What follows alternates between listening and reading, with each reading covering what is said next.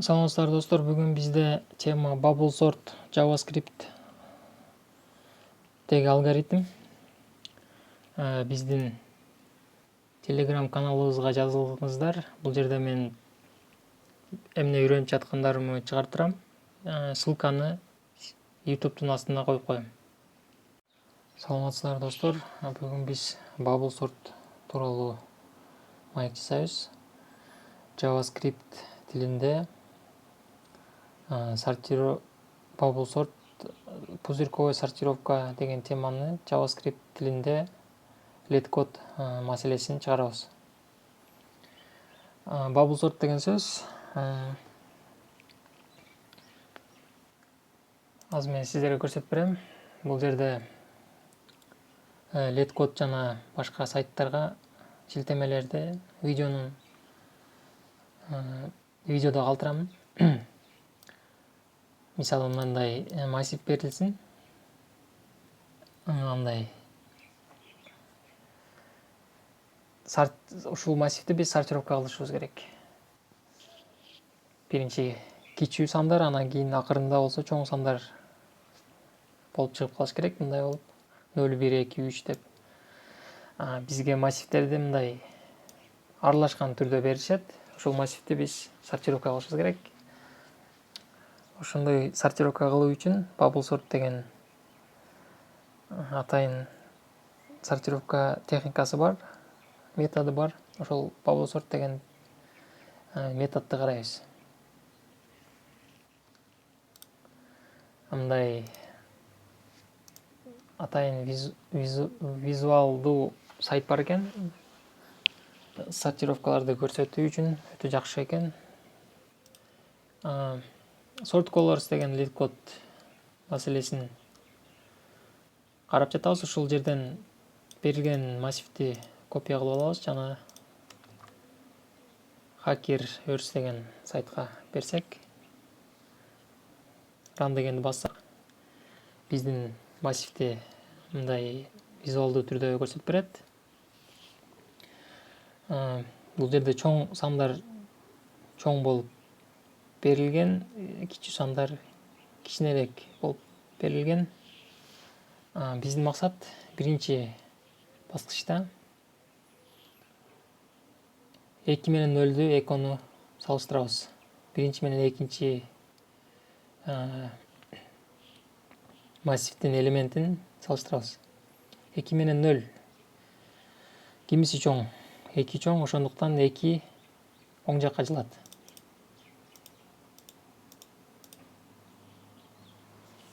Биздин массив өзгөрдү. Эми биз биринчи менен экинчи элементти салыштырып көрдүк. Чоңду оң жакка жылдырдык. Эми экинчи баскычка өтөбүз. 2 менен 2-ни салыштырабыз. 2 менен 2-ни салыштырсак, кимиси чоң? Экөө бирдей, ошондуктан эчтеке кылбайбыз. Мына үчүнчү санды карайбыз. 2. 2 менен 1-ди салыштырабыз. 2 менен 1-ди салыштырабыз. Кимиси чоң? 2 чоң, ошондуктан 2 жылат оң жакка. Кийинки 2 менен 1-ди салыштырабыз. 2 чоң, ошондуктан 2 жылат оң жакка. 2 менен 0-ды салыштырабыз. Себеби 2 чоң болгондуктан 2 оң жакка жылат. Мына ушундай биз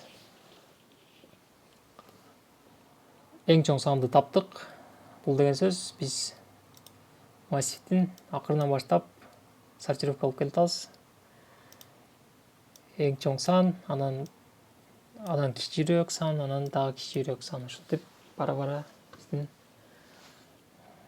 сортировка боло берет массивибиз. Кийинки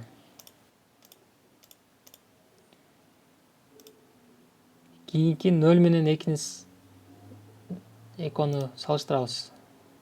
Себеби 0 2ден чоң болгондуктан 0 ордунда калат. Кийин 2 менен 1-ди салыштырабыз. 2 birden чоң болгон үчүн оң жакка жылат. Кийин 2 менен 1-ди карайбыз. 2 менен 1-ди карайбыз. 2 birden чоң болгондуктан жылат орундан. 2 оңго жылат, 1 солго жылат. 2 менен 0-ды карайбыз. 2 0-дөн чоң, ошондуктан 2 оңго жылат, 0 солго жылат. Мынакей биз акырындан эң чоң элементти таптык.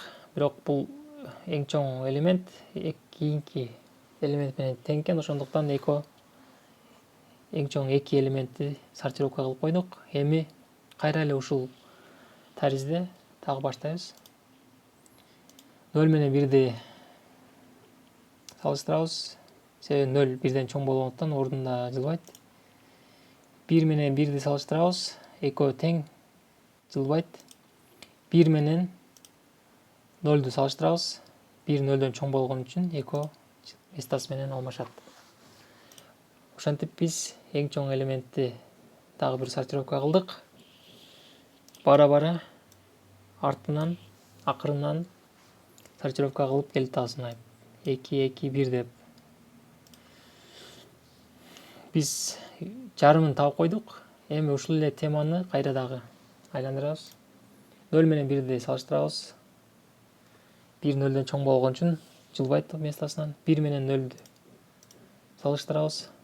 1 0-дөн чоң болгон үчүн оң жакка 1 жылат, 0 болсо сол жакка жылат. Жылды. Мына дагы 4 элементти сорттоп койдук. Эми негизде карап көрсөк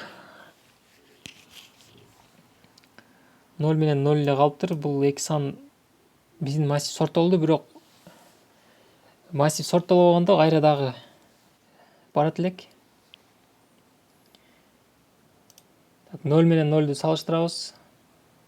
0 менен 0-ду салыштырсак, экөө 1. Ошондуктан биздин массив сорттолду. Мына жерде мына 2 2 2 1 1 болуп, эң чоң элементтер оң жакта болуп калды.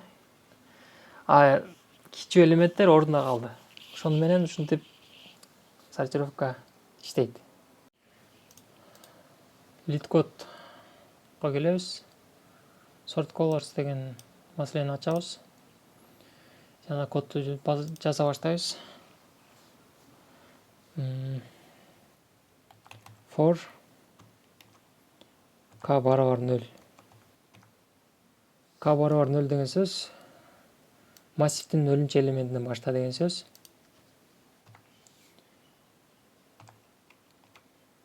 K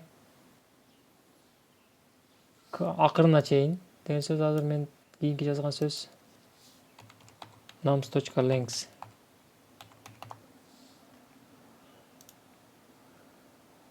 Башынан баштап акырына чейин деген сөздү мындай кылып жаздым. Башынан баштап акырына чейин деп туруп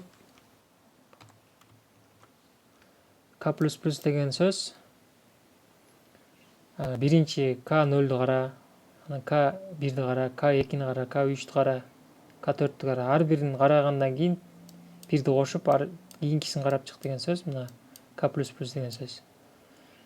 Бизде массив 0-дөн башталат, ошондуктан биринчинин k0 плюс 1, k0 плюс 1 дагы ушинтип ар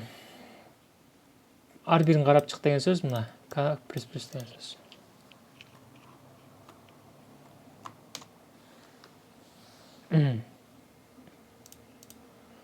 Visualizer'ды карайлы. Биз биринчи менен экинчини салыштыр деген сөздү жазышыбыз керек кодго.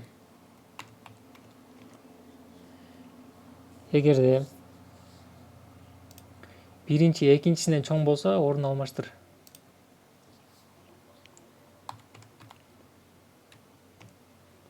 Nums k чоң экинчисинен. Экинчиси болсо, экинчи элемент, биринчи элемент 0 болсо, экинчи элемент 0 плюс 1.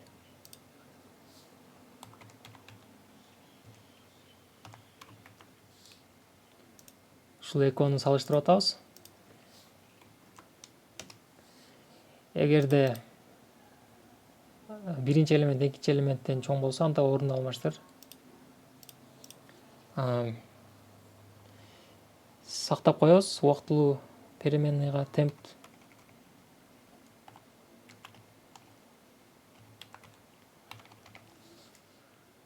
Биринчи элементти сактап коебуз. Биринчи элементке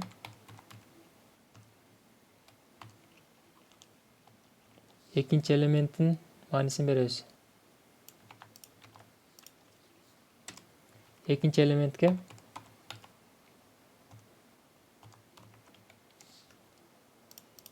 темпти беребиз. Себеби бизде k биринчи элементибиздин мааниси өчүп кетти да. Ошондуктан темп кылып беребиз. 2 менен 0ду салыштырат. Себеби 2 0дөн чоң болгон үчүн бул жерде жылат. Биздин массив башкача болуп калды, мындай болуп калды. Жылды, бул жерде жылдык да чоң болгон үчүн, ошондуктан бизде биринчи k 0 болгон, биринчи k 0 болчу.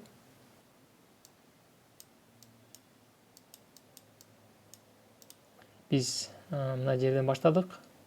Себеби биз бул жерден өтүп өткөндүгүбүз үчүн k-ны 1ге көбөйтөбүз. 1ди кошобуз k-га.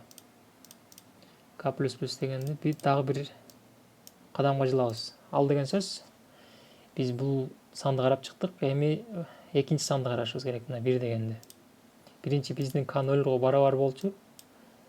1 дегенден кийин мына ушул биздин биринчи саныбыз, биздин карай турган саныбыз ушул 2 болуп калды. Элемент. Массив 0дөн башталат. Ошондуктан 1 болуп турат. K барабар 1. Карайбыз. Биринчи, мына биринчи, экинчисинен чоң болсо, анда орун алмаштырып атабыз. Биринчибиз 2ден чоңбу? Жок, экөө 1. Ошондуктан бул if'тин ичиндеги код иштебейт, бирок биз экөө барабар болгондуктан бул жерде сортировка кереги жок. Биз кийинки баскычка өтөбүз. K плюс плюс деген жер иштейт. K плюс плюс кылганда бизде мурункусу 1 болчу, 1ге 1ди кошсок 2 болот. Бул деген сөз кийин ушул жерге келип калды биздин шаг. Мына жерде 3 болуп, азыр 3 болуп турат. Эми дагы текшеребиз. Мына k барабар 2 да. Ушул 2-ни 1 менен салыштырабыз. Бул жерде 2-ни 1 менен салыштырабыз. Чоң болгондуктан, бул жерде 2 1ден чоң болгондуктан экөөнү орунду алмаштырабыз. Дагы деле убактылуу жерге мына 2-ни сактап коебуз. Бул жерге 1ди бул жерге коебуз. Намс k'га. Ал эми намс k плюс 1ге темпти коюп коебуз. Бизде сакталган 2 деген санды бул жерге эме кылып коебуз, жылдырып коебуз орун менен. Ошондо биздин алгоритм боюнча чоң сандар оң жакка жылып атат.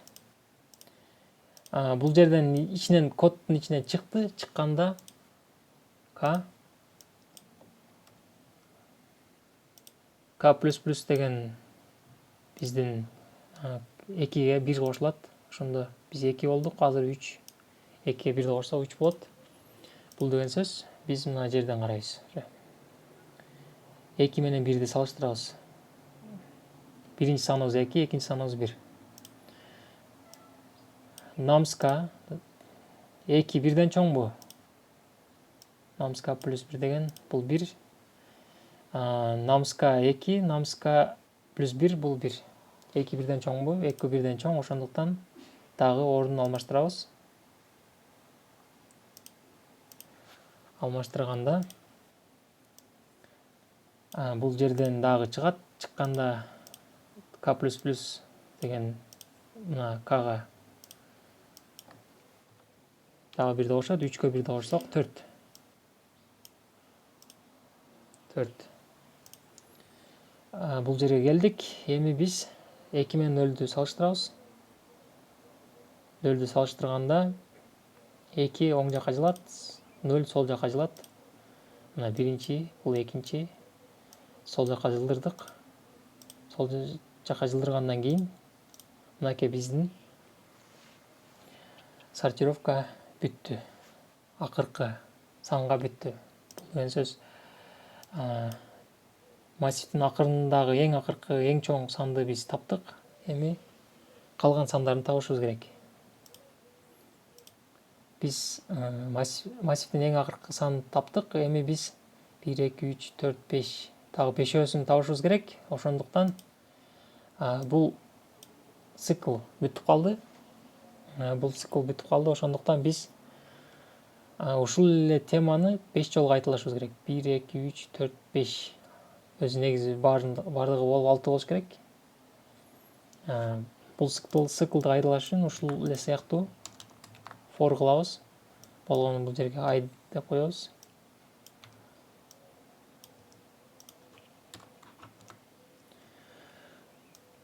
I массивдин 1, 2, 3, 4, 5, 6. 6 да 6 жолу кайталады деп атабыз. Бул ичиндеги кодду. Биринчи шагты өттүк. 2 дегенди таптык. Эми биринчи шагта бизде I барабар 0 болчу. Себеби биз биринчи шагты барын бир жолу кирип чыктык, ошон үчүн I барабар I++ деген сөз. I барабар 1 болду. I барабар 1 деген сөз. Дагы бир жолу карайбыз. Дагы 5 жолу карап чыгышыбыз керек ушул эле теманы. Так.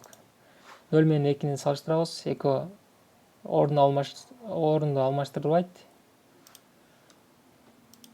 K 0 болчу.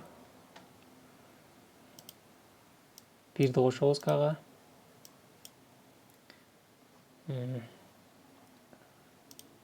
Кийинки 2 деген сан K1 болуп калды. Ошондуктан биз мына биринчи сан, мына экинчи сан 2 менен 1-ди салыштырабыз. 2 бирден чоң, ошондуктан жылат. Экөө местосын алмашат. K болсо K++ болот. 1-ге 1-ди кошсок 2. Биз эми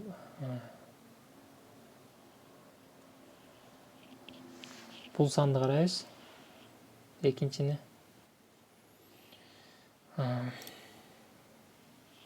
Бул сан менен 3-үнчү санды карайбыз. 2 менен 1-ди карайбыз дагы. 2 бирден чоң, ошондуктан местасы менен алмашат.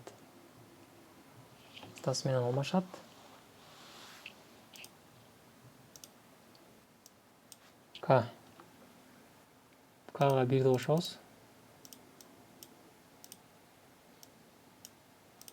Эми биз мына 2 менен 0-дү карайбыз. K бизде 3 да. 3-үнчү намыстын 3-үнчү элементи бул 2. 2 менен 0. 2 менен 0-дү салыштырабыз. Бул 2, бул 0. Бул жерде 2 чоң болгондуктан бул жерде экөө алмашат местасы менен.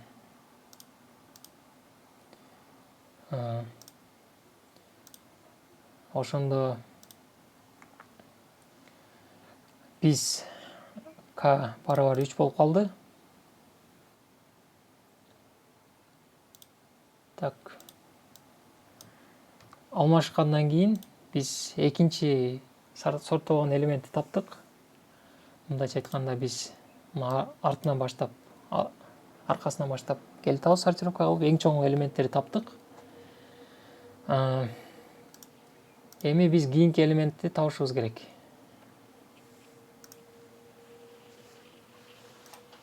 Бул жерде биздин K3 болгондон кийин биздин алгоритм иштей берет да. K'нын акыркы элементине чейин иштейт. 4 болот, анан 5 болот. Себеби бул жерде бул алгоритм мына экилер табылгандыктан баары кирет ичине, бирок сортировка кыла албайт. Себеби сортировка бул жак болгон уже. Анан бул жакка баарына кирип туруп чыгат. И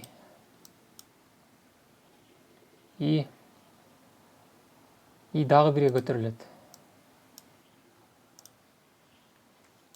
Дагы бир жолу барат башынан.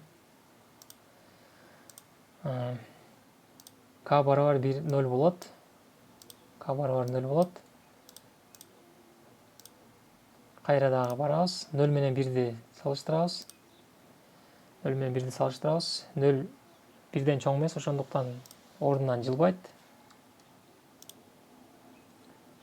K++ болот. K++ болгондо K'га 1-ди кошобуз.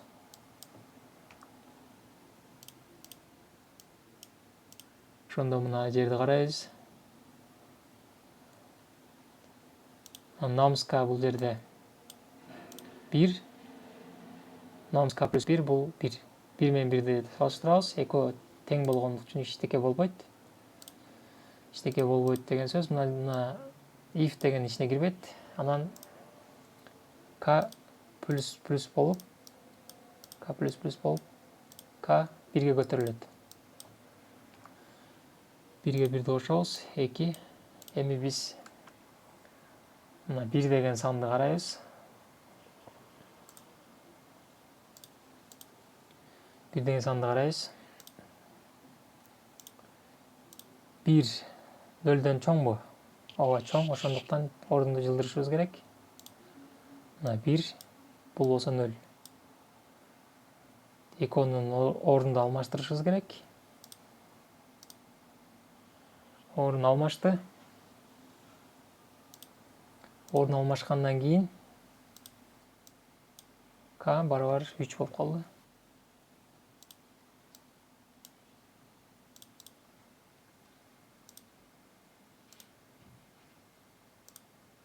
Мынакей биз ортосун таап койдук, жарымына чейин.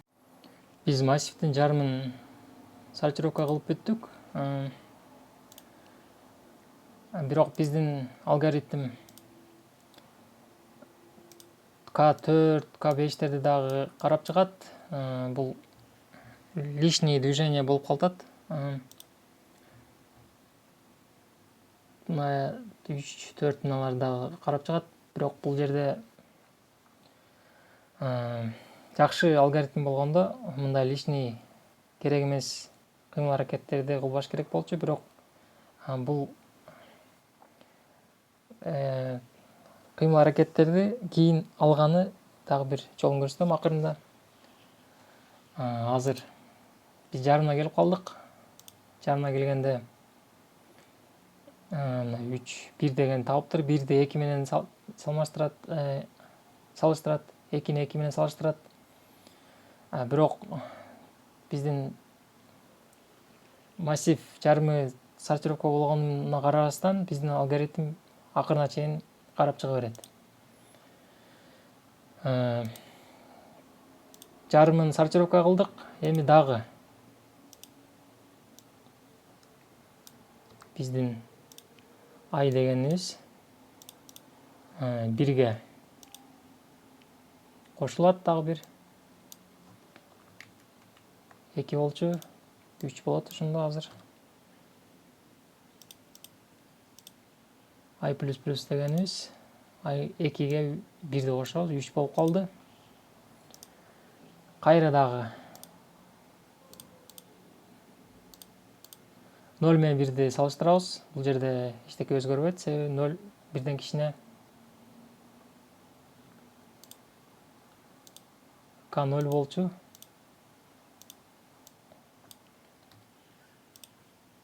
Нөл менен бирди салыштырабыз. Салыштырганда эчтеке болбойт. Ошондуктан кийинки элементке өтөбүз. Бирге өтөбүз.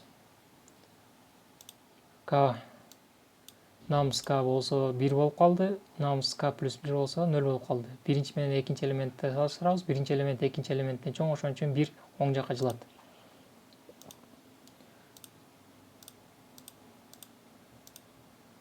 Оң жакка жылат. Жана биздин массив дагы бир элементке көбүрөөк сорттолду. 1-1-2-2 болуп, жарымдан көбү сорттолду.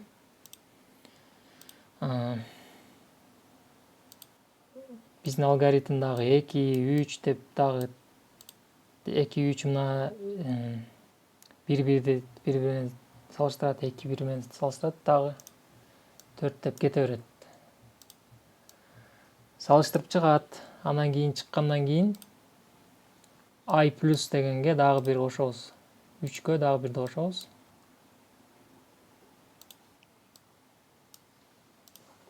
Дагы бир жолу келет. Келет дагы. Мына 0 менен 0ды салыштырат. Намыз K 0, намыз K плюс 1 дагы 0. Экөө ордунан жылбайт. Ошону менен биздин алгоритм сортировкасын кылып бүттү.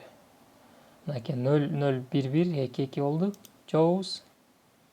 Бул жерде дагы 0 0 1 1 2 2 болду. Жобубуз. Эми биздин кодду жандырганга аракет кылабыз. Бирок бул жерде мен ката кетирипмин. Ушул катаны оңдойбуз жана кодду иштетип көрөбүз.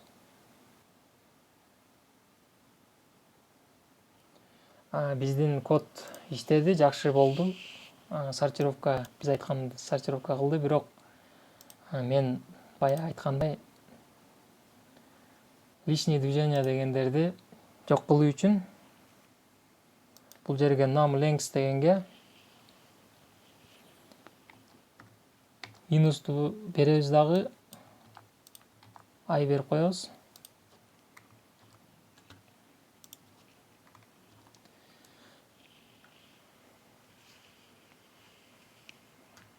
Биринчи элемент мына 2-ни тапкандан кийин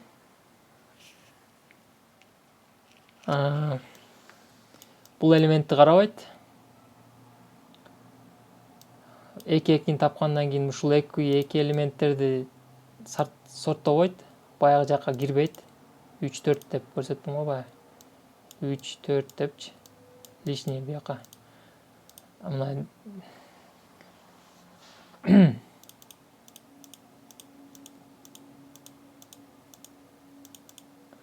мына жерде сорттолгон элементтердин ичине кирбейт. Мына жерде мисалы 0-1 менен текшерсе, 1-2-3 менен текшерсе, бул жакка кирбейт.